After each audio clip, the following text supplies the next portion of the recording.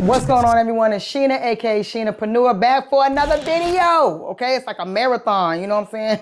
But I wanted to talk to you all today about why Sam.Gov is holding you back. If you haven't noticed, I've been talking a lot more about local contracts because I feel like it's really important for everyone to know that you can get into government contracting without doing federal contracting. Sam.Gov is definitely holding you all back because what you guys are doing is you're registered on Sam, you don't know what to do next. That's number one. Number two, you're like, okay, I registered on Sam, I didn't get my cage code. And then you're like, oh, Sheena, what do I do? I don't know. You gotta call Sam.Gov. I have no idea why. Number three is they give you an impossible deadline. This I do know. You can do the Sam.Gov registration and then you're like, they gave me 72 hours to provide documents I didn't have. Yes, that is a problem. So, or you missed the email completely. You have no idea. You never even saw the email. And so you're like, I'm trying to do government contracting, but I never got my cage code. I'm trying to do government contracting, but I don't know what to do after I register in Sam. I'm trying to do government contracting, but I'm going through Sam.Gov and I'm not finding any contracts. That's the problem. That's the problem. Okay. So what I'm teaching right now is about, really honing in on local contracting because really more than likely, I'm just going to put this out there and check me in the comments if I'm not right. But more than likely, you're going to find more contract opportunities at the local level than you will at the federal level. Not all the time, but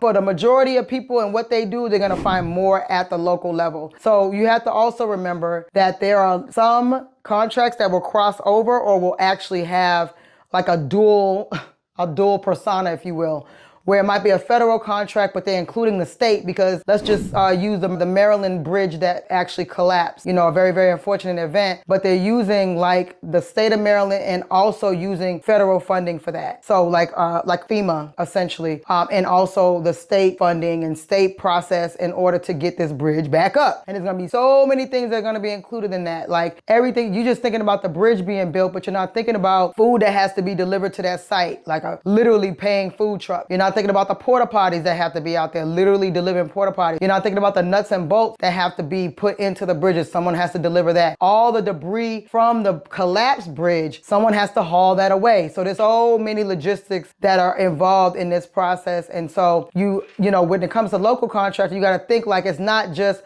oh, the local municipalities don't have anything going on, but you got to think about some of the natural disasters that have happened in certain locations. Yeah, a lot of times it's going to have FEMA, but not every time. And every state actually has their own emergency system. Like Georgia has GEMA, G-E-M-A. So your state probably has the same thing. Like I think someone mentioned, oh yeah, there's SHEMA. Like South Carolina, S-C-E-M-A, Shema, okay? But yes, so there's, local efforts the same way that there are federal efforts, and Sam.Gov is definitely keeping you all back because you don't know what to do after it. You don't know where to look. You don't know how to find stuff. And Sam.Gov is just not a very intuitive website. And even if you use some of the bid delivery websites, they may not be as helpful for any type of federal opportunities because those opportunities that you're looking for, there may not be as many on the federal side. So, and then also if you have an industry, let's just say that you can't qualify for any set-asides, or maybe you don't want to, or whatever reason you don't have any set-asides and it's just free and open, that particular contract is not set aside for small business, it's just free and open. You can more than likely get crushed by the larger companies for, whatever the service or the product is. And so you can't even compare anyway because a lot of you are using like a subcontractor method where it's not your company that does it. You're going to be using another company that does it, and they're going to give you a price, and then you're going to put your price on top, and then now you've overpriced. And so a company that's a larger company that does this every day of the week for years and years and years and decades, they're going to have the lowest price, and they're able to afford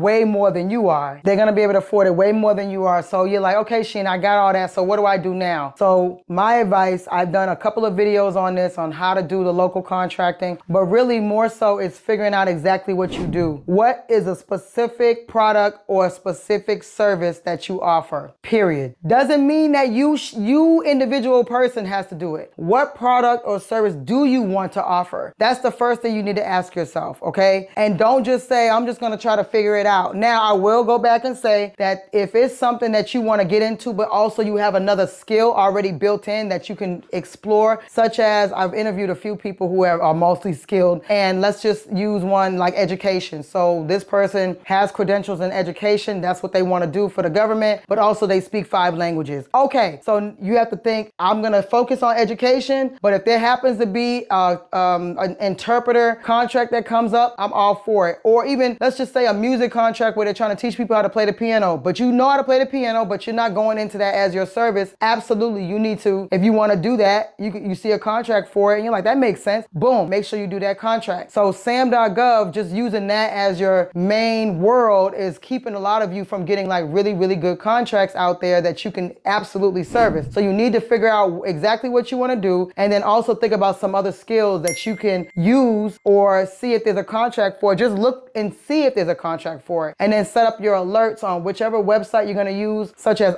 I've never used OpenGov, but it was brought up a few times to me. OpenGov, GovDirections, BidNet Direct, Bonfire, and then your actual local contracting websites, the procurement websites. So all you would have to do is whatever state you're in, Google that state and procurement. So Georgia procurement, California procurement, Alaska procurement, whichever ones that you actually, wherever you live, I would say start where you are. So wherever you live, and then anywhere that you could potentially provide services, but make it make sense for you. Again, if you're new here, this is the first time you heard that, but for those who have been around with me for a long time, you know that that's something that I always say. Just make sure you kind of start where you are and then branch out from there as long as it makes sense. Some people are like, I don't care where it's at because I can do this with my eyes closed. Cool, that's no problem. But just make sure that it makes sense to you, whatever that thing is. So Sam.Gov, I'm like, I'm not saying it's terrible, but I'm just saying that it's not for beginners. I really would rather you all start kind of at the local level so you can get a little, it's like training. You know, you can make millions and millions of dollars at the local level. Don't let anybody fool you. Don't let anybody tell you that they pay late. I had a local contract where I got paid every 2 weeks. I got paid with the first 2 weeks that we started. So we started the 1st, the 15th, I had my first invoice paid. So don't let anyone tell you that they pay late. Some do, period. Some is because of the accounts payable system, or a person is slow or not reliable. But that's business, regular business stuff. So don't just have people tell you that, oh, the state and the local pay late. That's just not true. That's where most of our contracts are. That stuff be getting me hot because I'm like, y'all just saying this and you have no experience in it. Like, you have no experience. And if you're telling me that a company, an agency didn't pay you for 6 months, how?